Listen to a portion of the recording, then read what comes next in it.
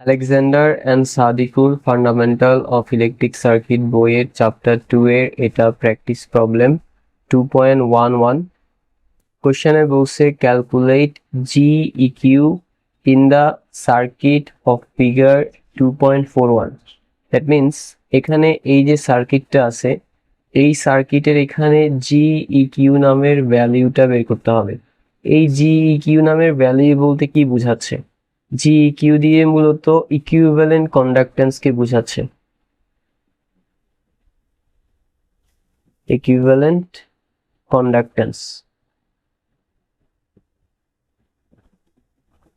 ওকে, আমরা আনসার বের করা শুরু করার আগে একটা বিষয় মাথায় রাখতে হবে যে কন্ডাক্ট্যান্সের ক্ষেত্রে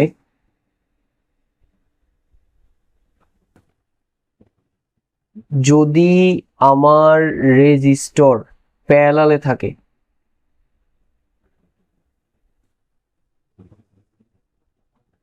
যদি আমার রেজিস্টর প্যারালালে থাকে তাহলে আমি কন্ডাক্ট্যান্সকে হিসাব করব সিরিজে, মানে যোগ করব। আর যদি আমার রেজিস্টর সিরিজে থাকে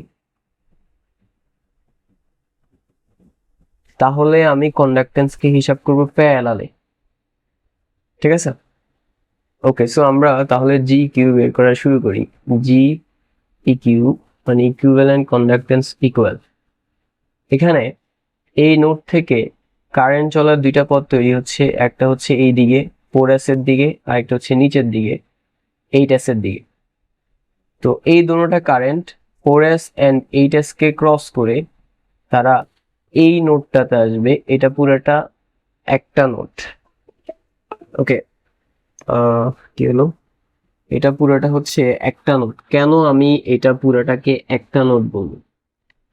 কারণ এখানে এই পুরো জায়গাটাতে, এই যে পুরো জায়গাটা, এটাতে অন্য আর কোনো রেজিস্টর নাই, দ্যাটস ওয়াই এটা পুরোটা একটা নোড। তো ওই দুইটা কারেন্ট 8 ওহম কে ক্রস এই 8S কে ক্রস করে এখানে আসতেছে, আবার 4S কে ক্রস করেও এই নোডটাতে আসতেছে। তাহলে যেটা দাঁড়াচ্ছে সেটা হচ্ছে কারেন্ট চলাচলের দুইটা পথ তৈরি হয়েছে, মানে একের অধিক পথ। আমরা জানি যদি কারেন্ট চলাচলের একের অধিক পথ তৈরি হয় তাহলে তারা প্যারালালে। ঠিক আছে? সো এটা রেজিস্টর কিসে আছে? প্যারালালে আছে। কিন্তু রেজিস্টরের মানটা এখানে কিসে দেয়া আছে? 4S 8S, মানে 4 সিমেন্স 8 সিমেন্স। আমরা জানি সিমেন্স হচ্ছে কন্ডাক্টেন্সের একক। দ্যাট মিনস এগুলার মান, রেজিস্টরের মান কন্ডাক্টেন্সে দেওয়া আছে। আর আমরা জানি রেজিস্টর যদি প্যারালালে থাকে তাহলে কন্ডাক্টেন্সকে হিসাব করতে হয় সিরিজে। তাহলে আমরা 8 and 4 কে যোগ করব, মানে সিরিজে হিসাব করব। ওকে, তারপরে এখানে দেখা যাচ্ছে এই যে নোডটা, এটা থেকে একটা কারেন্ট এভাবে নিচের দিকে যাচ্ছে, আর একটা কারেন্ট এইভাবে নিচের দিকে যাচ্ছে। তো যেটা এই দিক থেকে যেটা আসছে সেটা এখানে এই 6S কে ক্রস করার পরে 12S এর দিকে আসবে, দেন এই নোডে আসবে। That means 6S and 12S দিয়ে একটাই কারেন্ট প্রবাহিত হবে। দ্যাট মিনস কারেন্ট চলাচলের একটা পথ তৈরি হবার। আর আমরা জানি কারেন্ট চলাচলের যদি একটা পথ থাকে তাহলে সেটা হয় সিরিজে। দ্যাট মিনস এই রেজিস্টরটা আর এই রেজিস্টরটা সিরিজে। সো সিরিজে থাকলে এখানে এদের মানটা কিসে দেওয়া আছে? সিমেন্সে। 6 সিমেন্স 12 সিমেন্স। সিমেন্স হচ্ছে কন্ডাক্টেন্সের একক। তো দ্যাট মিনস রেজিস্টর সিরিজে থাকলে কন্ডাক্টেন্স কিসে হিসাব করবো? প্যারালালে। তাহলে 12 and 6 কে আমরা প্যারালালে হিসাব করবো। ওকে, গেল এটা। তারপরে একটা কারেন্ট তো আরেক 12 দিয়ে এই 2S দিয়ে আসছিল, সেটা এই নোডে আসবে। দ্যাট মিনস যেই কারেন্টটা এদিক থেকে আসছে আর যেই কারেন্টটা এদিক থেকে আসছে দোনোটা এই নোডে এসে মিলিত হবে। তাহলে এইটা, এই দুইজন এর সাথে কিসে আছে? প্যারালালে আছে। কেন? কারেন্ট চলাচলের দুইটা পথ তৈরি হচ্ছে, একের অধিক পথ। তো রেজিস্টর যদি প্যারালালে থাকে কন্ডাক্টেন্স হিসাব করতে হয় সিরিজে। তাহলে এটাকে কিসে হিসাব করব? সিরিজে। সিরিজে হলে যোগ, +2 হয়ে গেল। তারপরে নিচের এই অংশটার সাথে উপরের এই অংশটা কিসে আছে? সিরিজে আছে। কেন? কারণ যেই কারেন্টটা এখান থেকে বের হবে সেটা উপরের অংশ আর নিচের অংশ দোনোটাকে ক্রস করে আবার ব্যাক এখানে এভাবে করে ফিরে আসবে।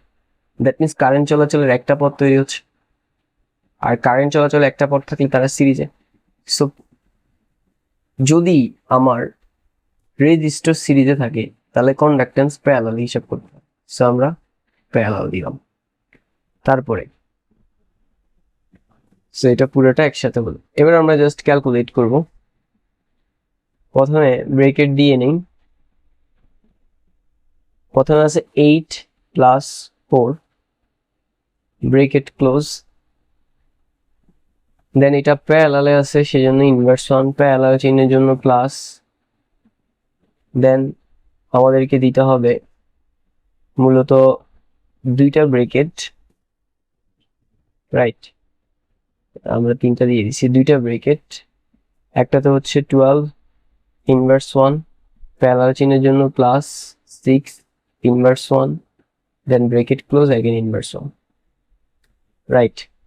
ওকে, তারপরে এরপরে এটার সাথে 2 যোগ হবে +2 দিয়ে আবার ব্রেকেট ক্লোজ, দুইটা ব্রেকেট ক্লোজ করলাম। দেন এটা পুরোটা আগেরটার সাথে প্যারালালে ছিল ইনভার্স 1, এবার পুরোটা ব্রেকেট ক্লোজ করে ইনভার্স 1, সো ইকুয়াল 4।